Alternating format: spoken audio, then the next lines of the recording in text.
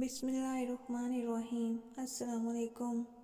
حضرت بلال رضی اللہ عنہ سے مروی ہے، وہ فرماتے ہیں کہ ہم مکہ میں حضرت سیدنا ابوبکر صدیق رضی اللہ عنہ کے گھر میں رسول اللہ صلی اللہ علیہ وآلہ وسلم کے ساتھ تھے۔ اس دوران کسی نے دروازے پر دستک دی۔ میں باہر نکلا تو اچانک کیا دیکھتا ہوں کہ ایک نصرانی دروازے پر موجود ہے۔ اس نے پوچھا، کیا یہاں حضرت محمد صلی اللہ علیہ وآلہ وسلم بن عبداللہ موجود ہیں؟ چنانچہ میں نے اسے اندر بلا لیا۔ اس نے آ کر عرض کیا، اے محمد، آپ خیال کرتے ہیں کہ آپ اللہ کے رسول ہیں؟ اگر آپ اللہ تعالیٰ کے برحق رسول ہیں تو آپ میری مدد فرمائیں اس شخص کے خلاف جس نے مجھ پر ظلم کیا۔ حضور نبی کریم صلی اللہ علیہ وآلہ وسلم نے ارشاد فرمایا کہ تجھ پر کس نے ظلم کیا؟ اس نصرانی نے کہا، ابو جہل بن ہشام نے میرا مال ظلماً لے لیا۔ حضور نبی کریم صلی اللہ علیہ وآلہ وسلم اٹھ کھڑے ہوئے اور یہ ہجرت کے زمانے کی بات ہے۔ حضرت بلال فرماتے ہیں، ہم نے عرض کیا، یا رسول اللہ صلی اللہ علیہ وآلہ وسلم، یہ ابو جہل کے قیلولہ کرنے کا وقت ہے، تو اس وقت آپ کا جانا اس پر کہیں شاق نہ گزرے اور ہمیں ڈر ہے کہ وہ کہیں غضبناک نہ ہو جائے اور آپ کو اذیت نہ پہنچائے۔ لیکن حضور نبی کریم صلی اللہ علیہ وآلہ وسلم نے ہماری گزارش کو نہ سنا اور ابو جہل کی طرف تشریف لے گئے اور ابو جہل کا دروازہ کھٹکھٹایا تو ابو جہل غضبناک ہو کر باہر نکلا۔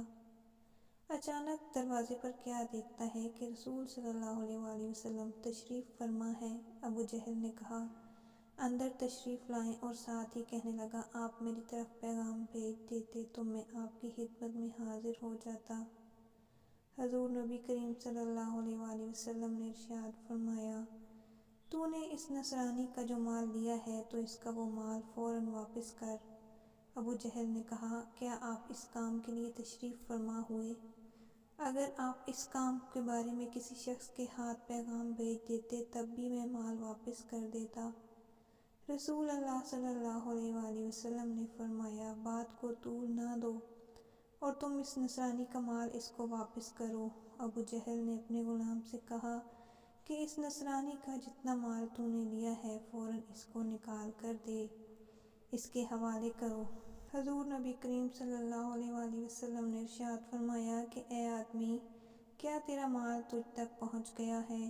نصرانی نے عرض کیا، ہاں، سوائے ایک کھجور کے پتوں کی بنی ہوئی ٹوکری کے۔ حضور نبی کریم صلی اللہ علیہ وآلہ وسلم نے ابو جہل سے کہا، وہ ٹوکری فوراً نکالو۔ چنانچہ ابو جہل نے اسے اپنے گھر کے اندر تلاش کیا لیکن وہ ٹوکری نہ ملی۔ آخر کار ابو جہل نے اس ٹوکری کے بدلے میں اس سے بہتر ایک اور ٹوکری دی۔ ابو جہل کی بیوی نے ابو جہل سے کہا، بخدا تو نے انتہائی ذلت اور عاجزی کے ساتھ ابو طالب کے یتیم کی تواضع کی۔ ابو جہل نے اپنی بیوی سے کہا کہ جو کچھ میں نے دیکھا ہے اگر تو دیکھ لیتی تو ایسی باتیں نہ کرتی۔ اس نے کہا، تو نے کیا دیکھا؟ ابو جہل نے کہا کہ میری قوت کے باوجود جو کچھ ہوا اس پر مجھے رسوا نہ کر۔ کہنے لگا، میں نے ان کے دونوں کندھوں پر دو شیر بیٹھے ہوئے دیکھے۔ جب بھی میں ارادہ کرتا کہ کہوں میں مال واپس نہیں کرتا تو قریب تھا کہ وہ دونوں مجھے پھاڑ کھاتے۔ اس ڈر کے بارے میں نے ان کی عزت کی۔